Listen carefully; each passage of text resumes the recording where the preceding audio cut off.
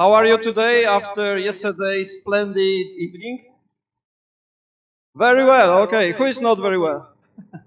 It's not present, I guess. Okay, guys, so day number 12, briefing. And I will start with the summary of our couple of days, or few days discussion concerning the events from the day 4. So I would really like to underline the fact that, first of all, the event was identified and discovered, and then and then all of us, we could make the analysis, just because professional behavior of Karol, who came to Angel and reported this fact. So it was very important, because normally probably we wouldn't discover that something happened. Then the guys from FAI spent quite a lot of time to prepare the proximity analysis and animation to explain what was the evolution of the event. And after that, they also proposed some conclusions and recommendations. And all the pilots involved in this incident agreed to publish their names, their IDs. I think it wasn't so easy for them. So really, I believe that all those facts are a valuable contribution to our flying safety and safety awareness. So guys, really, thank you very much. And it was really good job and good thing. But what is disturbing me? So there were pilots involved or witnessing this event, and I'm not aware about any report from anybody else but Karol. So guys, I think all of us, we should make everything to be sure that we will not have such a situation anymore. And once again, I would like to underline that since the first moment when the event was discovered, it was said very clearly that the objective of the analysis of this event is not to blame anybody. It was just because we want to avoid it happens again. So really, don't take anything personally. There is no blaming on anybody, because nobody did it intentionally. And just one thing, really, if you can, please keep bigger distance from the close to be visible. Sorry? I think I don't need to mention the obvious things, guys. VFR is not cloud flying. Okay, maybe you are surprised, but no task for each class. And just a reminder, the airspace file update version number 4, valid since today, is available since yesterday, so if you didn't download it, you may do it at any time. And Sebastian, now Meteo things.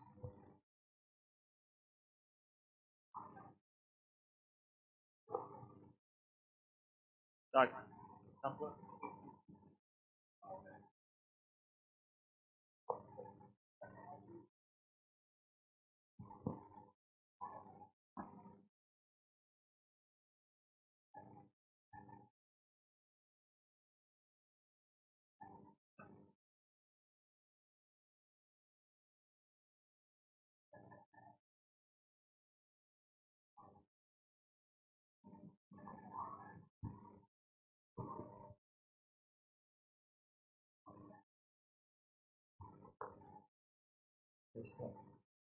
Good morning, everybody. Maybe as yesterday, I would like to start from this significant weather chart for Poland. As you see, we are still in this area affected by low pressure system with still with thunderstorms and shower forecast for today, mainly afternoon. And what is more important for us, also for today, but also for tomorrow,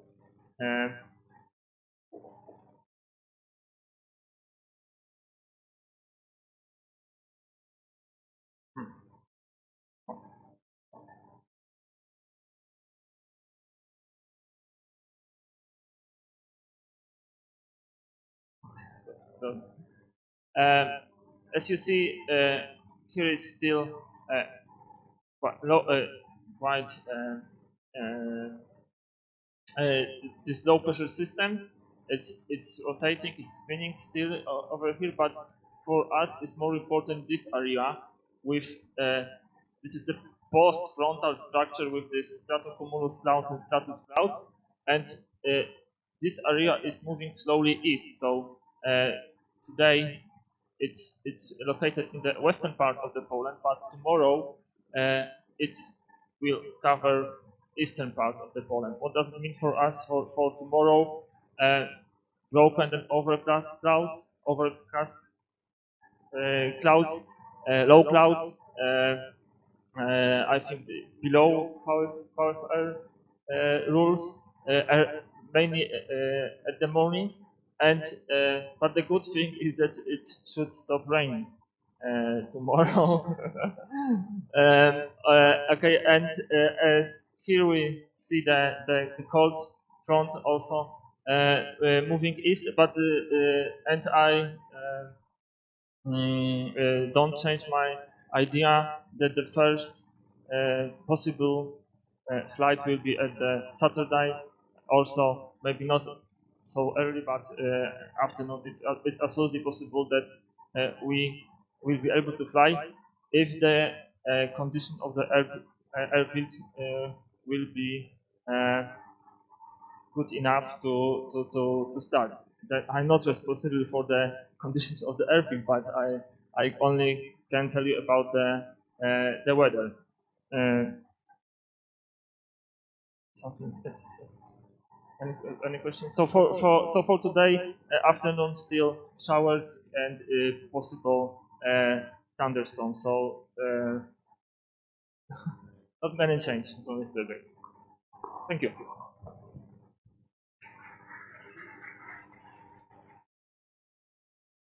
So guys, even if we had the good weather today, the airfield is very soggy, very soft, and also probably we will need at least one day without rain to be able to move on the runway. So just a short correction.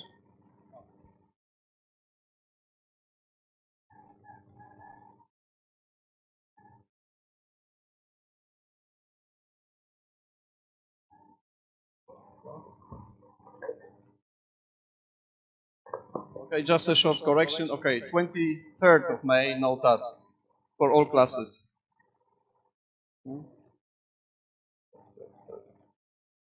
Okay, that's it from my side, and Angel has his presentation.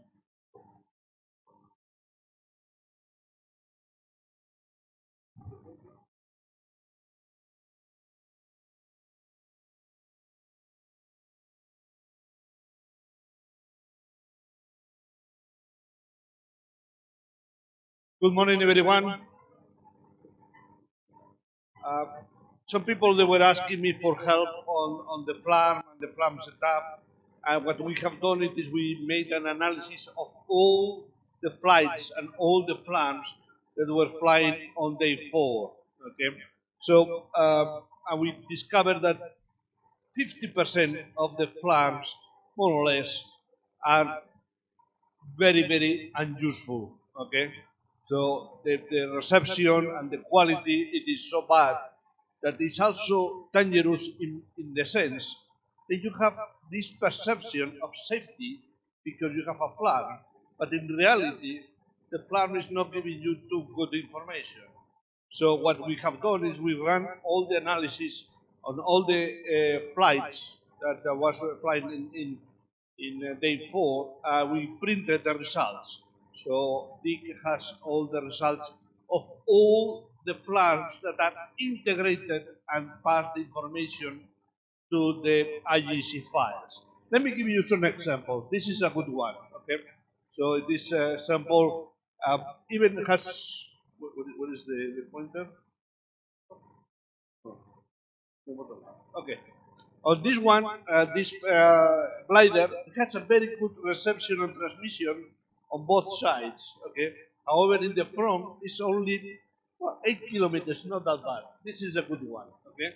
But the ideal is that will be totally rounded. It's impossible, but this is the goal that we try to achieve. Go to the next one. Okay, this is an example with two antennas. Two antennas improve the situation, of course, okay? But in this case, one of the antennas is barely the minimum, and the other antenna looks that to be doing a little bit more. However, it's only visible forward and backward. Sideways, not so good, okay? Okay, this is a good one, okay? This is a good one with two antennas, okay? The green one is the minimum goal.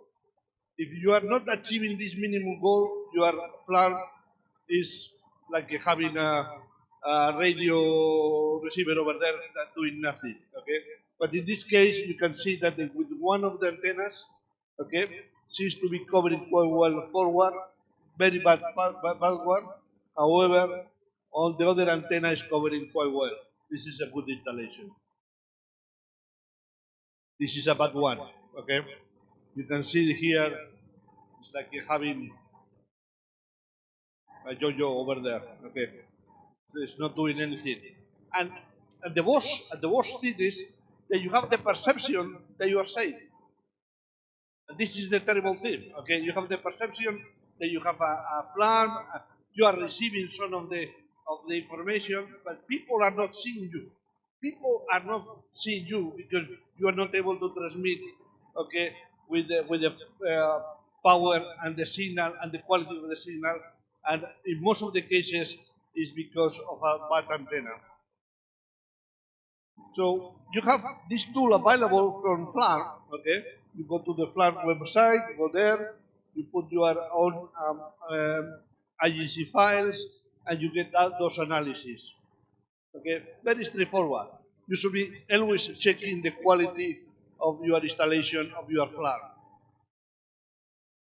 Also, we have a tool on the OGN. On the OGN, what we do is we collect all those signals that are for the FLAR. We put it all of those on a huge database that we have, okay, and we run the analysis based not only on one flight, it's in all the flights that you are being under the illumination of the OGN sites, okay? So, and also in this case, we're showing you this is the average, and this case is below the average, okay? It's below the average. And this is the situation of the with 10 dBs and with 10, 20 dBs, okay? So in this case, this glider has very good visibility forward, backward, good to the left, but very, very bad to the right. Okay? So it means that the antenna is not on the right position and it's not a good antenna. Okay? So, and this is the way how to you can analyze your own installation on the OGN website. You just put your ID, okay, and the system will tell you how good is your installation. Questions?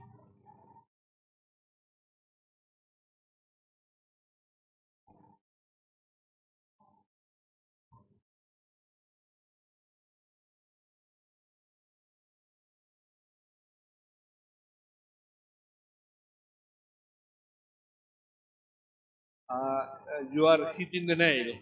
One of the things that we're entertaining thoughts in terms of regulation, so being part of the Annex A, it is has a checkout and the scrutiny at the time and force everyone to be using external antennas. We are doing that at the SGP, and you may, or depending if the IGC plenum will approve it, we may be in all the category 1 championships to be using an external antenna. The cost is minimum. We are talking about the cost of 10 euros, 12 euros, 30 euros. So it's ridiculous, the cost, especially if you compare with the cost of the FLAR, right? And having a very good antenna makes a big difference. So thank you, because you are hitting the nail. I don't think that will be that. I honestly don't think that will be that far away, but you may be seeing it.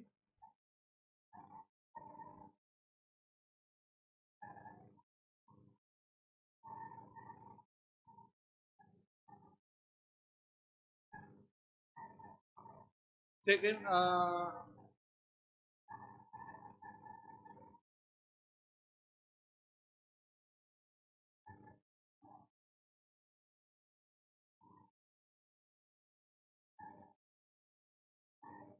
okay, we never know, okay, or we need to do a deeper analysis if in the case of an encounter, both FLAR beeps, okay?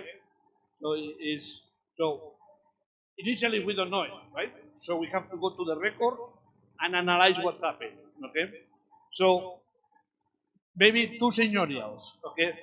One they have one of the gliders have a very good FLAR, so therefore is able to receive even weaker signals of the other FLAR, and the other FLAR has a very bad installation, so therefore he is able to be perceived by the other glider, but he's not seeing anything because his antenna is so poor that will not be seeing anything on his glider.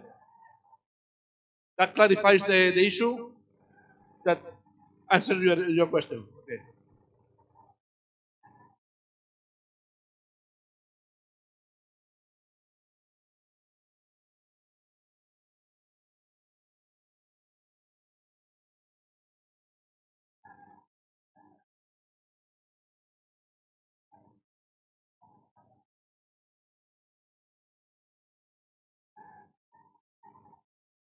You can adjust it if you put an aluminum foil on top of your antenna.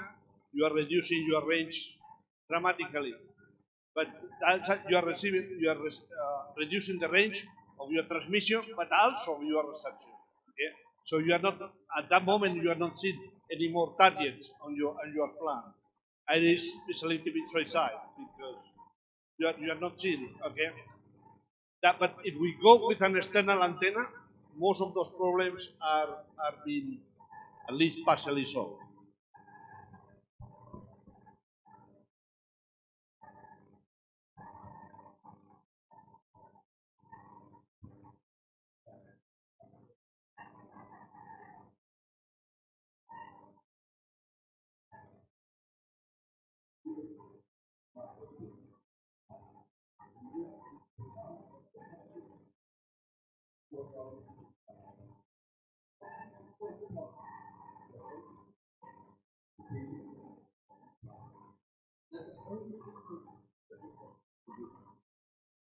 Yeah, that FLAR does not exclude at all to be watching outside.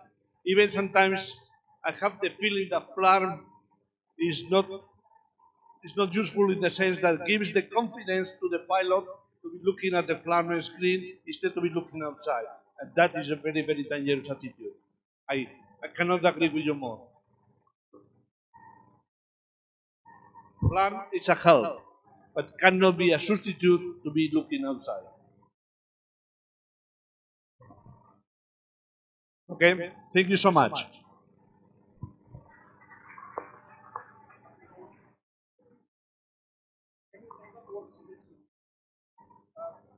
Guys, if you can close here, Dick has all the analysis of all the FLARs that are integrated with the IEC files. Okay, there is some FLARs that are totally separated of the system, and we cannot analyze it unless that you give us the SD card with the data.